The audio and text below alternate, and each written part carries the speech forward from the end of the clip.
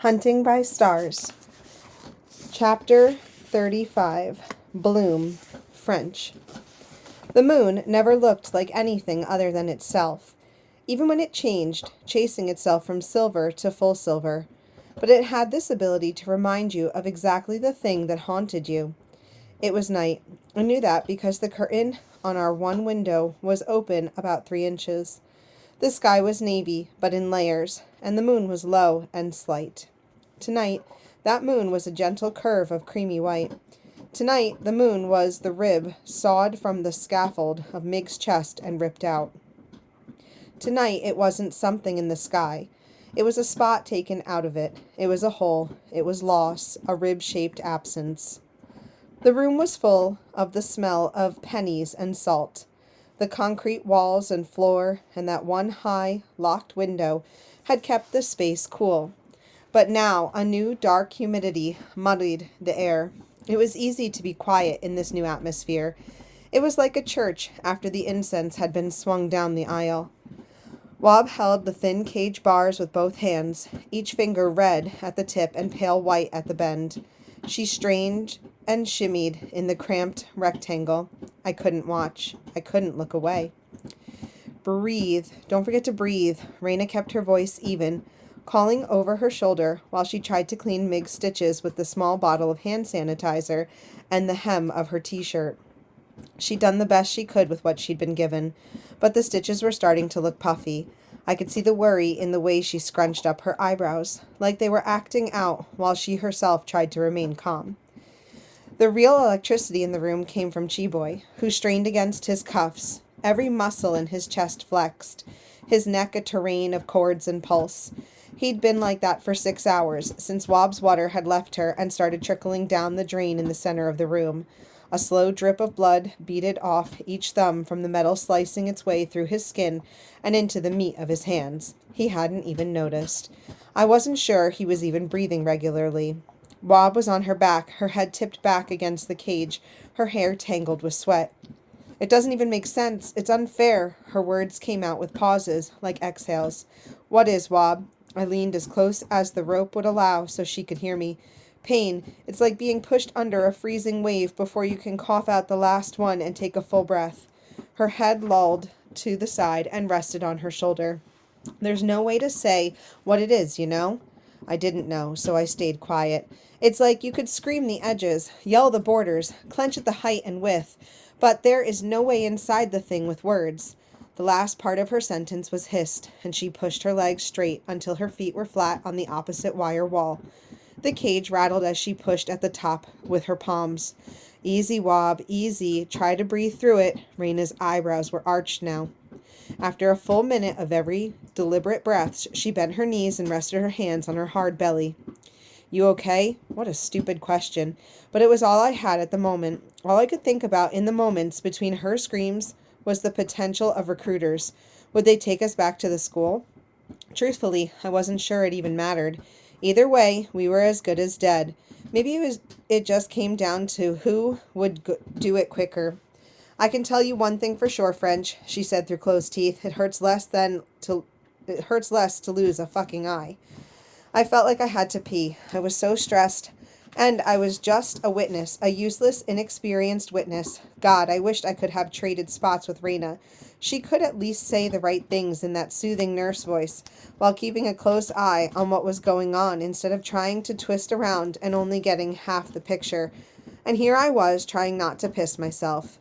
It was terrifying, but there was also something darkly sacred about this work, about the excruciating turn and pull that threatened to knock Wob unconscious.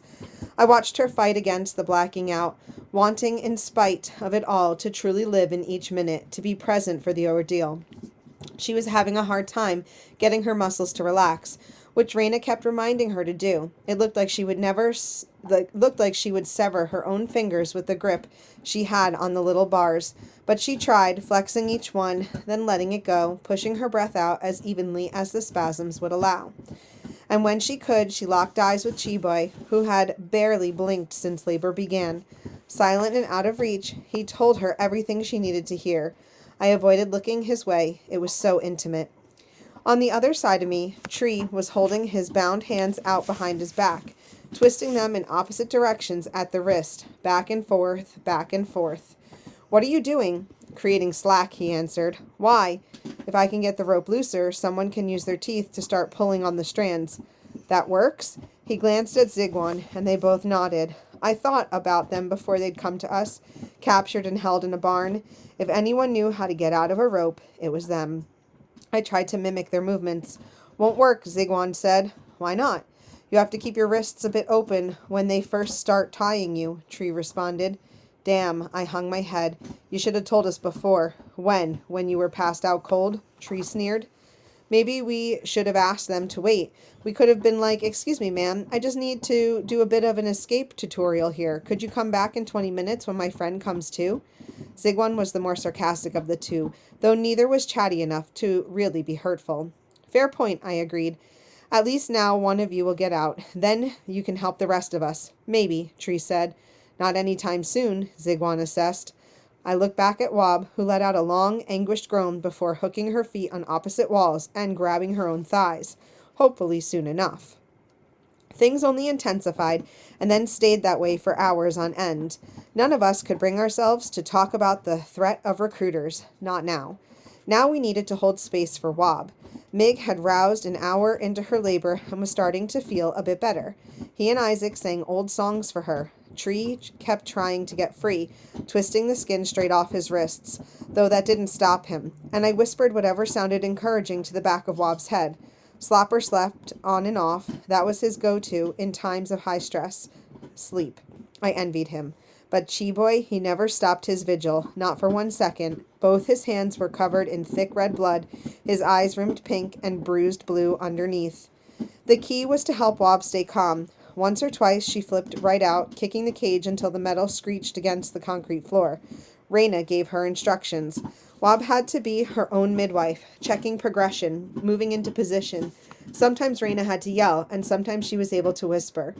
All we could do was wait. No one came to check on us, but then again, why would they? As long as we were making noise, it meant their marrow supply was alive. When the baby started to come, oh man, those were the longest minutes in history. I'd always known Wob was strong, but I had no idea what that even meant until I watched her deliver her own baby. She was on her hands and knees, rocking back and forth.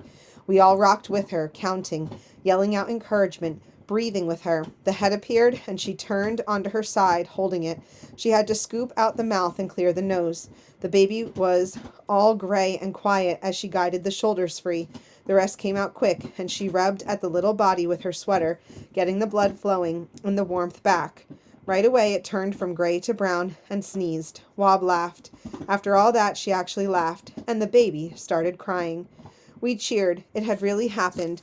It had seemed impossible. But Wob and Cheeboy had a child. We had a child. Even now our family was growing. "Hi, Daddy." Wob held the tiny baby, downy skin and curled fists up to the side of their cage. The steel grid couldn't hide the shock of dark hair starting to lift as it dried, couldn't mask the quiver of her bottom lip, couldn't hide her father's eyes looking steady across the dim room at the man she'd inherited them from. Cheeboy opened his eyes and blinked, the first tear escaping. He cried out like a bird, like an animal, like nothing I'd ever heard before, and then he wept, the tears streaking clean marks down his face. "Ishkodi," he said, his tears stripping down his chin like paint. A good name for one who's going to bring change." Migwans grinned and spoke a little louder. "I can't wait until you can tell us who you are, little one. Until you can share your coming to story. Until then, we'll do our best." Wob tried to hold back her own tears, but they came anyway, covering the baby in her water again. "Ishkahodi," she repeated, whispering into her hair. "Ishkahodi. Like your daddy, like your family." Wob placed her on her lap and set about delivering the placenta and severing the cord with her teeth. "It's beautiful," Raina said. "What does it mean?"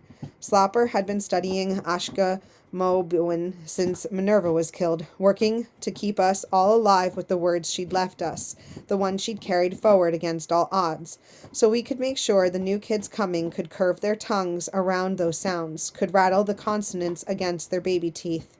He was the one who answered. "Fire. It means fire." Migwans was tired again, his face covered with sweat. "Things are different now." He closed his eyes, sighing as he lay back. Sometimes you need fire to clear the path forward.